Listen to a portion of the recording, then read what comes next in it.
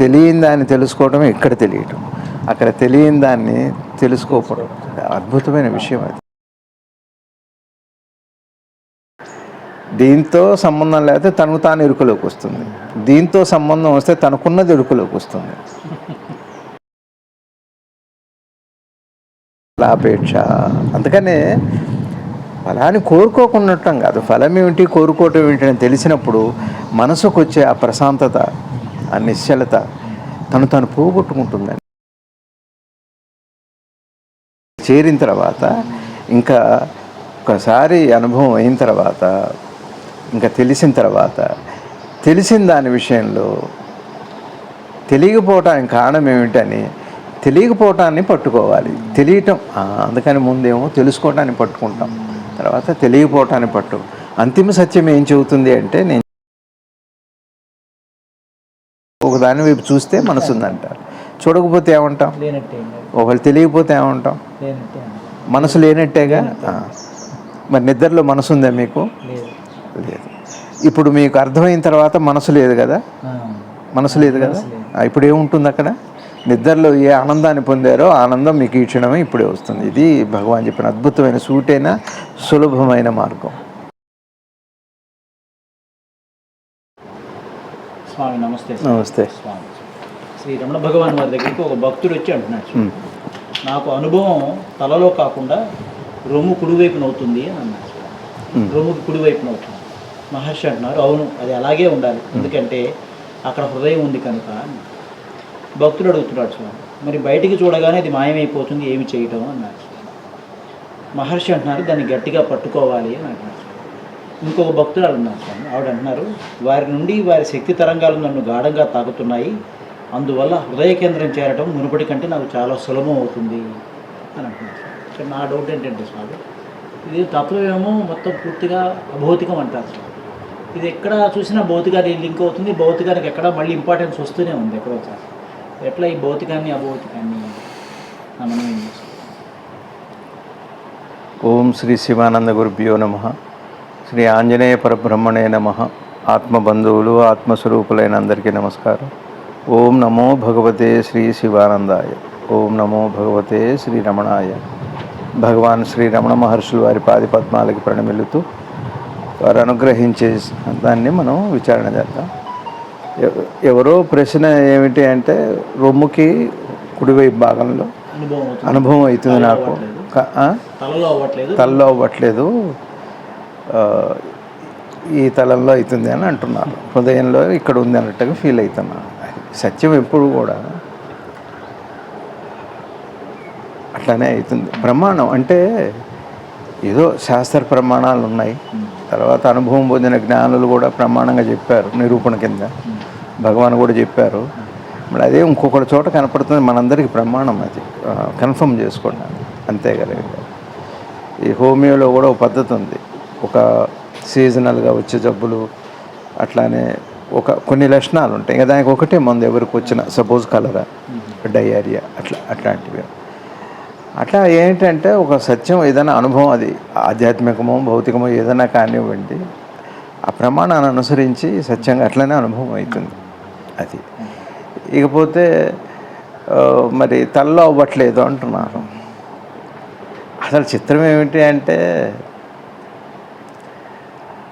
ఇక్కడ అవుతుంది అని చూపెట్టడానికి తల ఉపయోగపడుతుంది, కానీ తల దాన్ని చూపెట్టడానికి తల ఉపయోగపడదు. అది మేధస్సు అన్నది ఇక్కడ అంతా కూడా ఇంద్రియ జ్ఞానానికి క్రియాత్మకంగా ఒక క్రియాశీలకమైన వస్తువు మాత్రమే అది. ఇది మొత్తం ఇక్కడి నుంచి అలాగే. హృదయము అనే మాట అంటే అర్థం అంటే హృత్ ప్లస్ ఆయము అని భగవాన్ చెప్పారు. అంటే ఇది కేంద్రము, అంటే ఈ సమస్త ఒక స్థాయిలో ఈ దేహాన్ని నడిపే ప్రాణశక్తి కానీ, ఎరుక కానీ, చైతన్యం కానీ అన్నిటికీ ఇది. అయితే ఇక్కడ ఉన్న ఈ ఉనికి ఆత్మవస్తువు మెదడుని చేరి అది క్రియాత్మకం అవుతాం.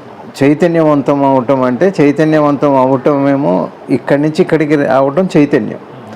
ఇక్కడ దీంతో సంపర్కం చేసుకొని క్రియాశీలకంగా అవ్వటానికి ఇవి ఉపయోగపడతాయి. అది భౌతిక జీవనానికి మళ్ళీ అది భౌతిక జీవనానికి. మరి అయితే ఇతనికి జరిగిన ఆధ్యాత్మిక అనుభవం ఏమో ఇక్కడ అని అంటున్నారు కదా. మెలకు వచ్చాకనేగా చైతన్యం తర్వాత ఒక ఆలోచన వచ్చాక గుర్తుపట్టడం. అది మళ్ళీ ఎక్కడ గుర్తుపట్టారు? ఇక్కడ గుర్తుపట్టారు. అంటే ఈ ప్రాసెస్ అంతా కూడా దేని మీద ఆధారపడదో ఇచ్చింది. అందుకే అరే మన వాళ్ళని మెదడు లేదురా అంటారు. మెదడు లేదురా అంటే మెదడు లేదా, ఉంది. అది దాన్ని అర్థం చేసుకోవటం అనే శక్తి, వివేకము, వివేచన, స్పృహ, అవన్నీ అది ఒకటి.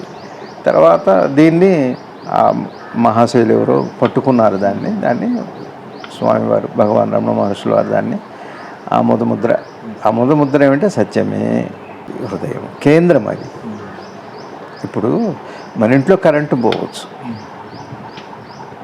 ఊళ్ళో ఉండొచ్చు కదా, ఊళ్ళో కరెంటు పోవచ్చు, పవర్ స్టేషన్ దగ్గర అక్కడే పోతే చేసేదేమో. అది హృదయం అంటే. అది హృదయం అంటే ఆధారమైన స్థలము అని.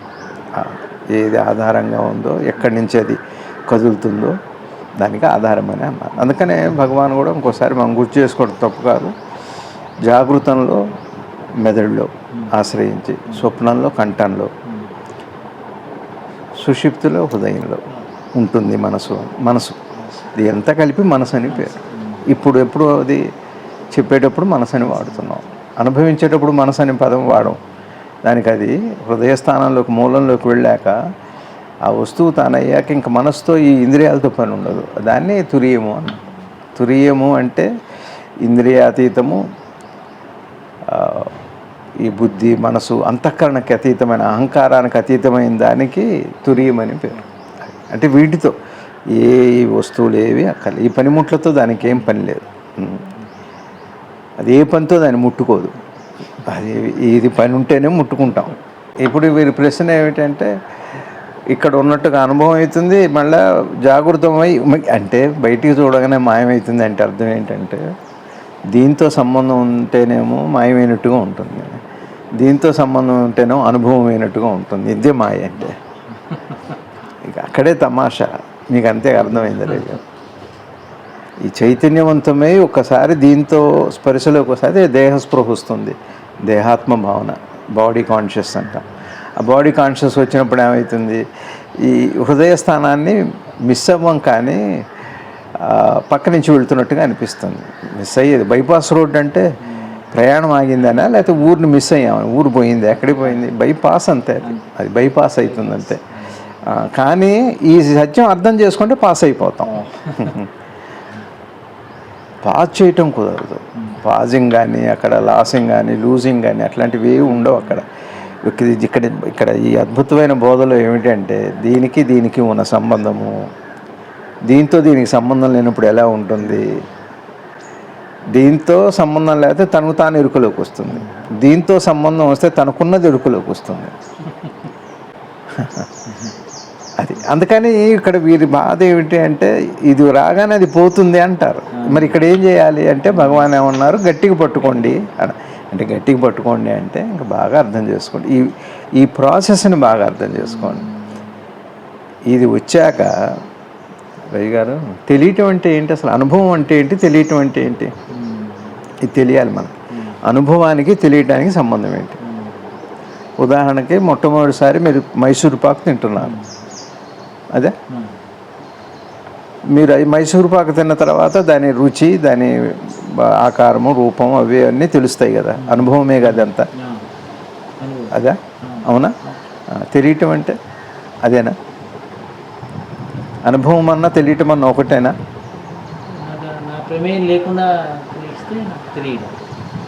అది కాదు, మళ్ళీ అటు వెళ్ళకండి, మామూలు మాటలే.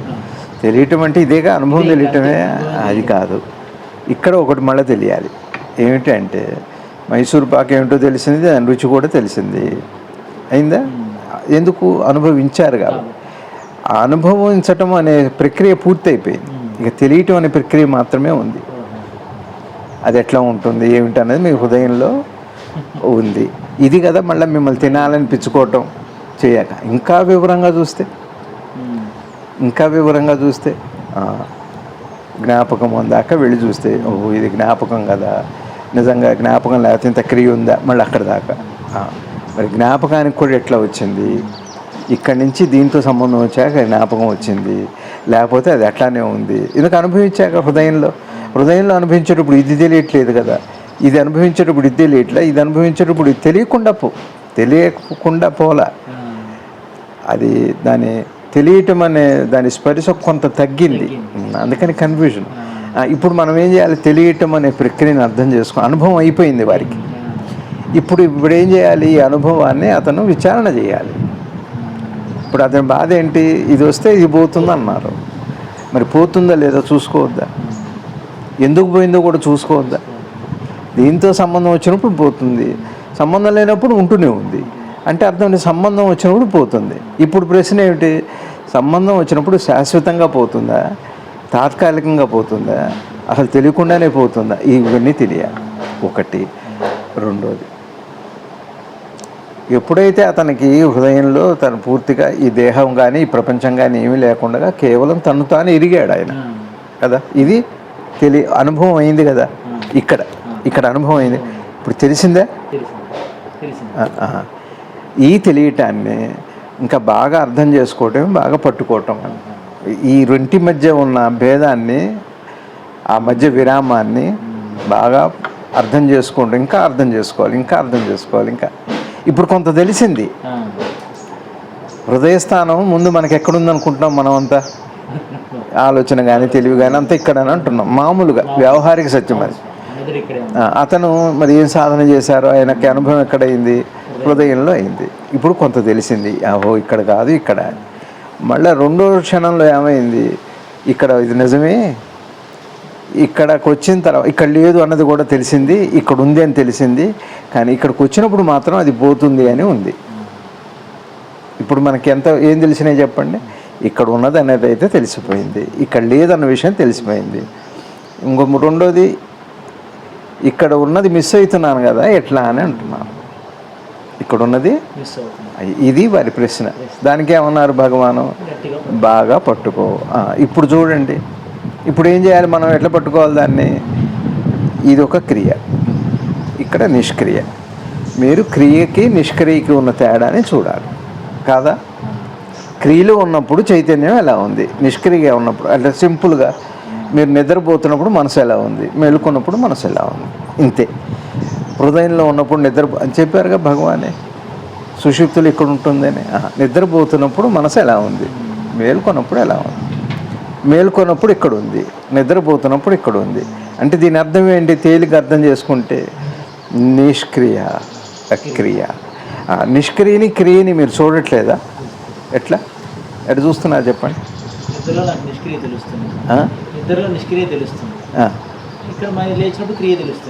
సింపుల్. ఎవరికి తెలిసింది, దేనికి తెలిసింది? తెలిసింది అంతే. అచ్చా, దాన్ని గట్టిగా పట్టుకోవటం. దాన్ని గట్టిగా పట్టుకోమంటే అర్థం ఏంటంటే అతను ఏ విధానంలో అక్కడ చేరాడు అన్నదాన్న ఇంకా కొంచెం చేయవచ్చు, ఇంకా అది పనికిరాదు. ఇక అక్కడికి చేరిన తర్వాత ఇంకా ఒకసారి అనుభవం అయిన తర్వాత ఇంకా తెలిసిన దాని విషయంలో తెలియకపోవటానికి కారణం ఏమిటని తెలియకపోవటాన్ని పట్టుకోవాలి. తెలియటం అందుకని ముందేమో తెలుసుకోవటాన్ని పట్టుకుంటాం, తర్వాత తెలియకపోవటాన్ని అంతిమ సత్యం ఏం చెబుతుంది అంటే, నేను చెబుతాను మీకు ఏమిటంటే, రహస్యం ఏంటంటే సాధనలో ముందు తెలుసుకోవటాన్ని పట్టుకుంటాం, తర్వాత తెలియకపోవటాన్ని పట్టుకుంటాం, అంతే. ఇంకా తెలియకపోవటం ఉంటుంది, తెలియటం కాదు. నా ఆత్మ అంటే ఏమిటి, నేనెవరు అనేక తెలుసుకోవడానికే పట్టుకుంటాం. లోపలికి వెళుతున్నా కొద్దీ తెలియకపోవటాన్ని తెలుసుకుంటాం, తెలియటాన్ని తెలుసుకోవటం. అసలు దాని పేరు తెలియకపోవటాన్ని తెలుసుకోవటమే తెలియటము, తెలియకపోవటాన్ని తెలుసుకోవటమే తెలియటము, తెలియని దాన్ని తెలుసుకోవటమే ఇక్కడ తెలియటం, అక్కడ తెలియని దాన్ని తెలుసుకోకపోవడం. అద్భుతమైన విషయం అది, రహస్యం అది. ఇప్పుడు చూడండి చిత్రం ఏంటి, ఇక్కడ తెలుస్తుంది, ఇక్కడేమో తెలుస్తుందండి, ఇక్కడ తెలియట్లేదండి. ఇక్కడ తెలుస్తుంది, దీంతో సంబంధం వచ్చాక తెలియట్లేదంట. ప్రశ్న ఏమిటి? తెలియకపోవటం గురించా తెలియటం గురించా? తెలియకపోవటం ఏమిటి అన్నదాన్ని పట్టుకో. అమ్మో, భగవాన్ మాటలు, బ్రహ్మజ్ఞానుల మాటలు బాగా అర్థం చేసుకోవాలి. తెలియకపోవటాన్ని ఎట్లా పట్టుకుంటామండి చెప్పండి? ఇప్పుడు నిద్ర ఉంది, నాకు నిద్రలో ఏం తెలియట్లేదు అని అంది. మరి ఎట్లా పట్టుకుంటారు? నిద్రపోయి మళ్ళీ పట్టుకుంటాం, అట్లా కాదు. నిద్రలో ఏం తెలియదు అని తెలియటం అంతే. ఇంకా అంటే అప్పుడు తెలిసాక ఏమవుతుంది, మళ్ళీ నిద్రని తెలుసుకునే ప్రయత్నం చేయదు. ఇంకా నిద్రలో ఏముంది, ఎట్లా ఉంటుందని తెలుసుకునే ప్రయత్నం, ఎందుకంటే మనసు లేదు కదా. మనసే లేనప్పుడు మనసు తెలుసుకోవటానికి ఎట్లా సాధ్యమవుతుంది?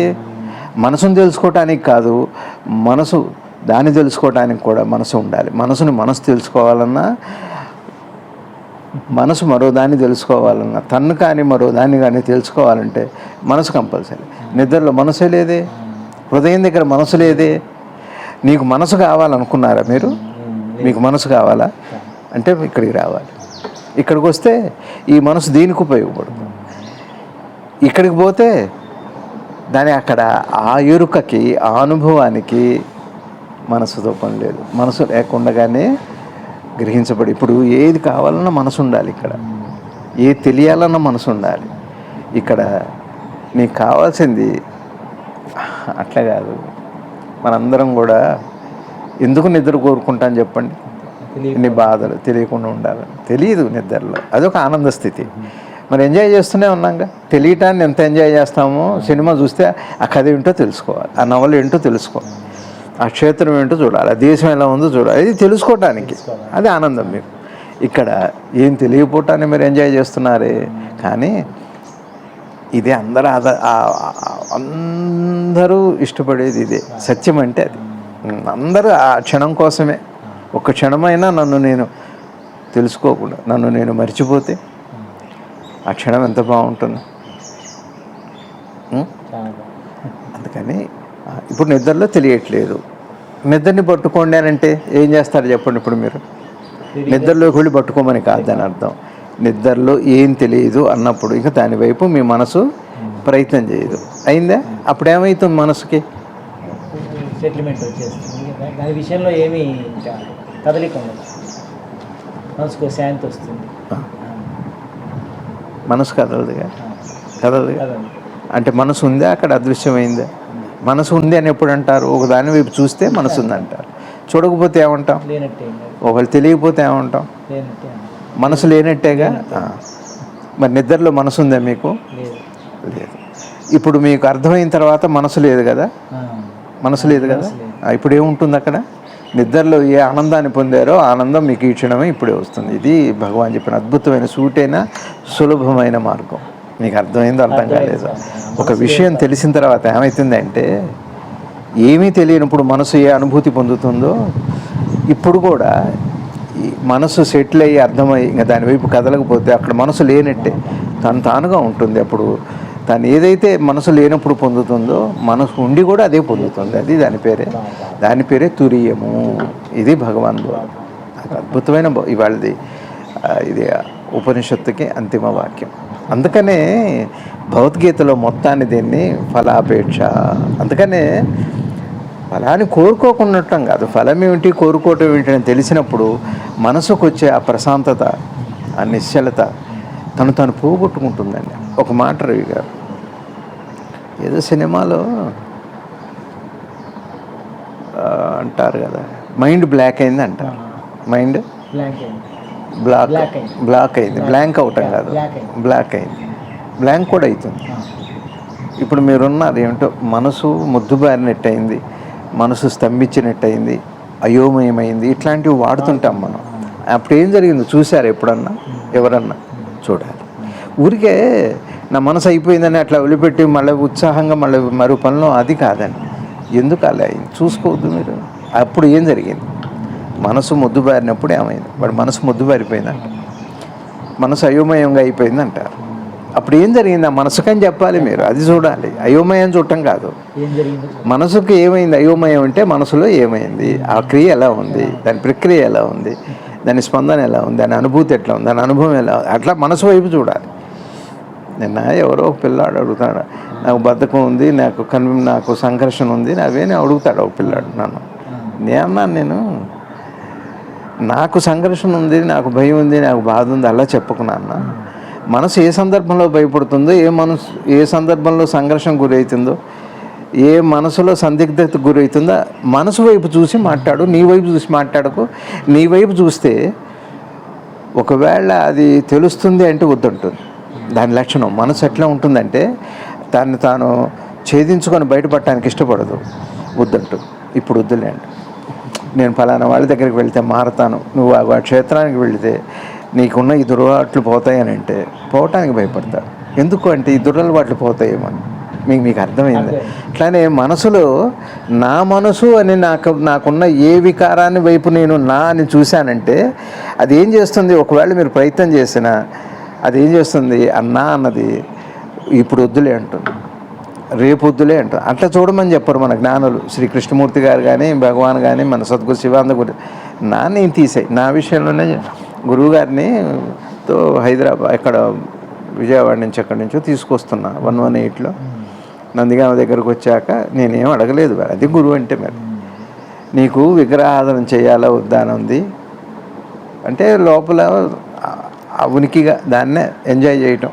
అది కదా అక్కడే నిర్గుణం అనుకోండి, సగుణము నిర్గుణం అని ఉందిగా, నిర్గుణాన్ని ఇష్టపడుతుంది మనసు. ఇక్కడ ఇప్పుడు ఏమైంది, ఘర్షణ అయింది. ఇప్పుడు చేయాలా వద్దా, నిర్గుణమని బాగుంది, ఏదైనా ఒకటే, ఇంకా అది రాలా, ఏదైనా ఒకటే అన్న విషయం రాలా. రెండిట్లో నిర్గుణమే ఉంది, రెండిట్లో సగుణమే ఉంది అన్న విషయం ఇంకా మనసుకు బోధగా రాలా. సడన్గా నా వైపు చూసి నువ్వు ఇంకా సందిగ్ధంలో ఉన్నావు కదూ, విగ్రహాధన చేయాలా వద్దా అని చేస్తే చెయ్యి, లేకపోతే పర్లేదు అంతే. చేయమని చెప్పలేదు, అది అవసరం లేదని చెప్పలేదు, ఇది మంచిది ఇదే ఉండు అని చెప్పలేదు. ముందు ఘర్షణ తీసేసాయి. నీకు పోవాల్సింది, నీకు కావాల్సిన శాంతి ఎప్పుడు వస్తుంది అంటే చేయకపోవటంలో కాదు, ఈ ఘర్షణ వదిలిపెట్టడంలో ఉంది అని అంత అద్భుతమైన బోధ చెబుతున్నాను. అందుకని నేనేం చెప్పా బాబుకి, నీకు కోపం ఉంది, నీకు అనుమానం ఉంది, నీకు భయం ఉంది, నీకు ఫలానా ఉంది నా అంటున్నప్పుడు ఏమవుతుందంటే ఈ నేనుగా తయారైన వస్తువు ఏం చేస్తుంది అంటే తను మార్చుకోవడానికి మార్చుకోవడానికి ఇష్టపడదు. ఒకవేళ నువ్వు ప్రయత్నం చేసినా అదే అడ్డై కూర్చుంటావు. నా మనసును చూడకుండా మనసునే తీసుకొని చూడండి. మనసు ఇప్పుడు మీరున్నారు రయ్య గారు, మీ ఇంట్లో ఎవరో తప్పు పని చేశారు, కోపం వచ్చింది. మా ఇంట్లో ఎవరో తప్పు పని చేశారు, నాకు కోపం వచ్చింది. వారింట్లో ఎవరో తప్పు పని చేశారు, మనసుకి తప్పు పని వల్ల మనసుకు కోపం వచ్చింది. నా ఏముంది అక్కడ, అందరి మనసు అదే కదా రవి గారు. అందుకని నీ అని పెట్టుకోకండి. మనకున్న వీక్నెస్ల విషయంలో, మనకున్న దేని విషయంలో ఏ వికారమైనా ఏ కారమైనా మీరు సాకారం చేయకండి. నా వచ్చిందంటే సాకారం అవుతుంది, అది ప్రతీకారం కూడా అవుతుంది, అదే వికారం. చెప్పే విషయాలు అనుభవం తెలియటం అట్లా. ఇక్కడ ఏమవుతుందంటే ఇప్పుడు ఆయన ప్రశ్న ఏమిటి, తెలియకపోవటం ఏమిటి, నాకు తెలియట్లేదు. ఇక్కడికి వస్తే తెలుస్తుంది, అన్నీ తెలుస్తున్నాయి, ఇది తెలియట్లేదు. ఇక్కడికి వస్తే ఇది మాత్రమే తెలుస్తుంది, ఇవి తెలియట్లేదు. నాకు తెలియపోవటం రెండు చోట్ల. ఇక్కడికి వస్తే ఇది తెలియట్లేదు, ఇక్కడికి వస్తే ఇది తెలియట్నట్టుగా అనిపిస్తుంది. రెండు చోట్ల తెలియటం ఉంది, రెండు చోట్ల తెలియకపోవటం ఉంది. అట్లా ఉందా, మీకు అర్థమైంది? అందుకని ఇక్కడ ఏం చెబుతున్నానంటే మనసును పట్టుకో. నిద్రలో ఏం తెలియదు కదా, మనందరికీ కూడా నిద్రలో ఏం తెలియదు కదా.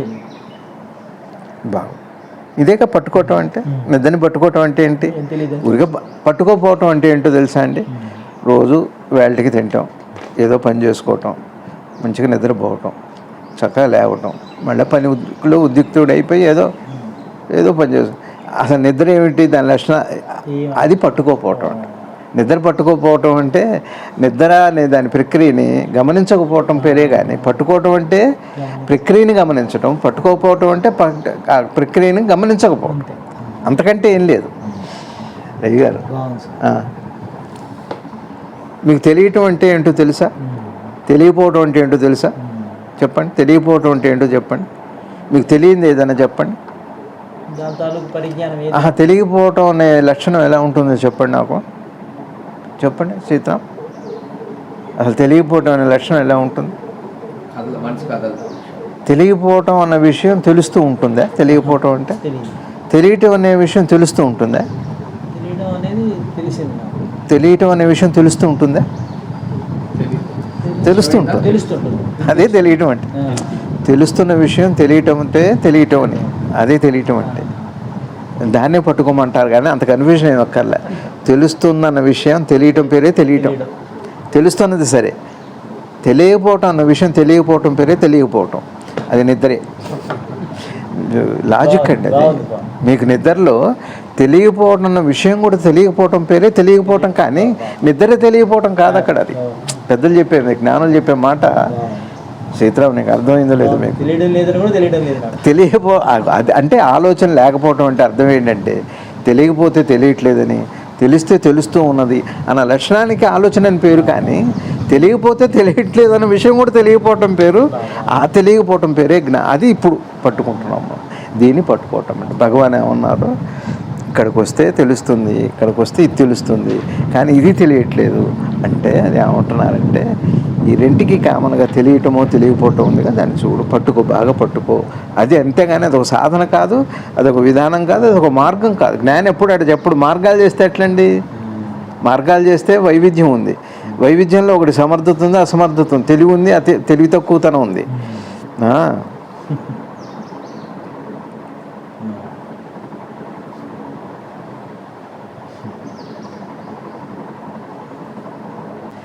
బట్టి పట్టాడు, ఏముందో తెలుసుకుంటాడు. అది తెలివి అవసరం. నీ తెలివి నీ దగ్గరే ఉంది. ఇంటెలిజెన్స్ బయట అనుకరణలో ఉండవచ్చు. తెలియాలి బాగా. పదాలు అవే కానీ మీకు తెలియనితనం అర్థమైంది. తెలియనితనం అంటే ఏంటి? తెలియదు అని తెలియకపోవటం. తెలియదు అని తెలుస్తూ ఉందంటే ఆలోచన కొనసాగుతుంది అని అర్థం. తెలుస్తలేదు అన్న విషయం కూడా తెలియకపోతే ఆలోచన కొనసాగట్లేదు, దాని పేరే నిద్ర. ఒకవేళ అది స్పష్టత వస్తే ఆ విషయంలో, ఏంటి స్పష్టత? తెలియనప్పుడు ఏం తెలియదు అన్న స్పష్టత వస్తే, నీ హృదయంలోకి వెళ్ళినప్పుడు కూడా ఏం తెలియదు అని ఇప్పుడు ఏం ప్రశ్నించాలి? హృదయంలో వెళ్ళినప్పుడు నాకు తెలుస్తుంది, ఇక్కడికి వచ్చినప్పుడు నాకు తెలియట్లేదు, ఇది తెలియట్లేదు, ఇది తెలుస్తుంది. అయిందే? హృదయంలోకి వెళ్ళేటప్పుడు నీకు తెలుస్తుంది అన్నావుగా, తెలిసేటప్పుడు నీకు తెలుస్తుందా? తెలిసేటప్పుడు తెలియకపోవటం, తెలియనప్పుడు కూడా తెలియకపోవటం పేరే జ్ఞానం. అంటే తెలిసేటప్పుడు కూడా తెలియకపోవటం, తెలియనప్పుడు కూడా అంటే ఆలోచన లేకపోవటం అని. ఇందులో రహస్యం ఏమిటంటే మీకు అర్థమైంది. తెలిసేటప్పుడు తెలియకపోవటం ఏంటి గారు? తెలుస్తుంది కానీ ఆ విషయం మీరు ఏం చెబుతారు? సినిమాకి వెళ్తున్నారు అనుకోండి, ఏం చెబుతారు? సినిమాకి వెళ్తున్నా అని చెబుతారు. వెళ్ళి పని అదేగా. సినిమా హాల్లో కూర్చొని సినిమా చూసేటప్పుడు సినిమా చూస్తున్నారా? పని అదే కదా. మరి పని ఉందా ఇప్పుడు? చేస్తున్నాను కానీ మనసులో మీరు చూస్తున్నారుగా. చూస్తున్నారా? వింటున్నాను వింటున్నారా? పంచేంద్రియాలు ఏ పని చేసినా అది చేస్తుందని దాన్ని చూడట్లేదుగా. అది ఆలోచన లేకపోవటం అంటే. తెలిసేటప్పుడు తెలియకపోవటం అంటే దేనికి ఏది తెలుస్తుందో అది కూడా తెలియదు.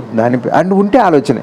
ఇప్పుడు నేను వింటున్నా, ఇప్పుడు నేను పాట వింటున్నా, ఇప్పుడు నేను పుస్తకం చదువుతున్నా, ఇప్పుడు మీ మాట అక్కడ వచ్చేటప్పటికి. అందుకని దాని పేరు చంచలత్వం అనే మాటకి అర్థం ఏంటంటే, తెలిసేటప్పుడు తెలిస్తే చంచలత్వము, తెలిసేటప్పుడు తెలియకపోతే నిశ్చలత్వము. దీని పేరే భగవాన్ చెప్పేది. పెద్దలు చెప్పిన మాటలండి ఇవి. ఈ వ్యక్తి చెప్పే మాట కాదు. సత్యం లోపల నా హృదయంలో, నా సత్యం, నీ సత్యం, మీ సత్యం, ఆ సత్యం. ఏమో ఇది సత్యనారాయణ వ్రతం అంటే. సత్యనారాయణ వ్రతం అంటే అర్థం ఏంటంటే తెలిసేటప్పుడు తెలియకపోవటము, తెలియనప్పుడు కూడా తెలియకపోవటం పేరే సత్యనారాయణ వ్రతం. ఇది అందరి హృదయాల్లో ఆవరించున్నాడు సత్యమూర్తి. చెప్పారు ఆయన, పైకి వెళ్ళారు. అదే అరుణాచలేశ్వరుడి దాంట్లో ఆవిర్భావంలో వెతుకుతూ వెళ్ళిపోయారు శ్రీమన్నారాయణమూర్తి. ఆద్యంతాలు కనపడలేదంటే ఆయన అసమర్థుడని కాదు, అవతల ఉన్నది సమర్థత అని కాదు. దానికి ఆ లక్షణం లేదు, చూసుకొని తెలుసుకునే లక్షణం లేదు. అది నారాయణమూర్తి అంటే. అదే అరుణాచలం కథ. ఇక్కడ శరణాగతి గురించి చెబుతున్నారు, గురువు యొక్క వైభవం గురించి చెబుతున్నారు. ఒకచోట తన స్వీయ సాధనలు తను ఏం చేశారో, తాను పొందిన అనుభవాన్ని హృదయంలోకి ఒక ప్రయత్నం ద్వారా, ఒక కర్తృత్వం అనుకుందాం కాసేపు, వచ్చారు. ఎప్పుడు గురువు గారు కానీ సద్గురు శరణాగతి వచ్చిన వాడట, గురువు గారు చెప్పారట ఒక చోట, ఎక్కడో నాకు తెలియదు, ప్రబోధి. ఆయన భగవాన్ దగ్గరికి వెళ్ళినప్పుడట మన సమర్థతను చూడకూడదు, దాని పేరు శరణాగతి. నాకు ఉంచుతుంది, నాకు ఎట్లా వస్తుంది, నేను తెలివి తక్కువ వాడిని, నేను ఇవే అనుకోవద్దు. నువ్వు ఇస్తావు, నేను తీసుకుంటా, అయిపోయింది. అది శరణాగతి అయిందా? ఇప్పుడు ఈయన ఎంత సాధన చేసి హృదయ స్థానంలోకి వెళ్ళారో, సమక్షంలో, శ్రీవారి సమక్షంలో ఆవిడికి అనుభవం. అంటే గురువు ప్రతిపాదన ఎందుకు వచ్చింది అంటే, గురువు దేహం కాదు అని తెలియటానికి. నీ స్వీయం ఏదైతే ఉందో, స్వీయం ఏదైతే స్వయాన్ని దర్శించిందో, ఈ విజ్ఞానాన్ని మర్చిపోయినప్పుడు కూడా అక్కడ భగవాన్ దేహం కాదు. ఆ స్థితి శరణాగతిలో కూడా వస్తుంది అని ఈ రెండు పోలికలు ఒక్కసారి వచ్చిన సందర్భం చిత్రంగా. అట్ట మహాత్ముల సన్నిధిలో అటు జరుగుతాయి. ఎవరి ప్రశ్నలకు వాళ్ళకి తగ్గట్టుగా ఎవరు అడుగుతారు తమాషాగా. ఇది సమాధానం వాళ్ళకైతుంది, ఆ సమాధానం వీళ్ళకైతుంది. ఇప్పుడు వీరేమంటున్నారు, వారి శక్తి నేను ఇంత చేశాను, ఇక్కడ ఉంటే తెలుస్తుంది, ఇక్కడ ఉంటే తెలియట్లేదు అన్నారు. ఆవిడే ఉంటుంది, దీంతో పెట్టుకుంటే తెలియట్లేదు, మీతో పెట్టుకుంటే తెలుస్తుంది. ఇక్కడ ఇద్దరికి సమాధానం ఎట్లయింది? ఇక్కడ వీరు కూడా భగవాన్ దగ్గరకు వచ్చి అలా ఉంటే ఏమీ చేయలేని వాళ్ళు సత్పురుషుల సన్నిధిలో, జ్ఞానుల సన్నిధిలో అటు కూర్చుంటే చాలు. దానికి తర్కాణం ప్రమాణం అది. నీకు సమర్థత ఉంది, చేయగలిగావా, అక్కడికైనా అక్కడికే చేరారు. ఎట్లా? అట్లా సత్పురుషుల సన్నిధిలో ఆవిడ అక్కడికే చేరింది. అందరి అనుభవం సత్యం అంటే ఆవిడే హృదయంలోకి వెళ్ళింది సత్పురుషుల సన్నిధిలో, ఆయన హృదయంలోకి వెళ్ళారు. ఎవరు ఏ మార్గంలో వచ్చినా, ఏ విధానంలో వచ్చినా చేరేది మాత్రం హృదయంలోకి. ఇది కాబట్టి భగవాన్ మార్గంలో విశిష్టత ఏమిటి అంటే, మార్గాలను మర్చిపోండి, విధానాలు మర్చిపోండి, గమ్యం ఏదో దాన్ని సూటిగా చూడొచ్చు, అవకాశం ఉంది. మార్గాన్ని ఎందుకు చూడాలి? అది బాహ్యమైతే మీరు మార్గాన్ని చూడటానికి, గమ్యాన్ని చూడటానికి కుదరదు. మార్గం చూడొచ్చు. మీరు నేషనల్ హైవే చూసినంత మాత్రాన హైదరాబాద్ సిటీ చూసినట్టు కాదు, అక్కడ కుదరదు. అక్కడ గమ్యాన్ని చూడలేరు. ఇక్కడ నేషనల్ హైవే ఏమిటో తెలుసా అండి? మీ థాటే, మీ ఆలోచన. మీ గమ్యం ఏమిటో తెలుసా అండి? ఆలోచన లేకపోవటం. ఆలోచనే ఇక్కడ ఒక గమ్యంగా, ఒక మార్గంగా కనపడుతుంది, గమ్యాన్ని సృష్టిస్తూ. ఒక క్షణం, ఒక నిమిష కాలం, ఒక లిప్త కాలం అది అలా పక్కకి వైదొలిగితే అద్భుతమైన గమ్యమే నువ్వే. గమ్యము మార్గం ఇంక ఉండదు. గమ్యము రెండు అదృశ్యమైంది. ఇప్పుడు మీరు ఒక రోడ్డును పట్టుకొని వెళ్తే గమ్యం లేకుండా ఎట్లా ఉంటుంది? రోడ్డు ఉంటుంది, గమ్యం ఉంటుంది. ఇక్కడ గమ్యము, గామి, గమనము మూడో దృశ్యం అయితే ఇది కదా, ఇది పారమార్థిక సత్యం. కాబట్టి ఒక శరణాగతి వైభవాన్ని ఆవిడ రూపంలో చెప్పారు, సాధనలో విచారణలో ఉన్న వైభవాన్ని వీరికి చెప్పారని భగవాన్ మనకు అందించారు. భగవాన్ పాదపద్మాలకు నమస్కరిస్తూ ఓం నమో భగవతే శివానందాయ. ఇట్లాంటి మహాపురుషుని అందించిన ఈ భారత మాతకు జై.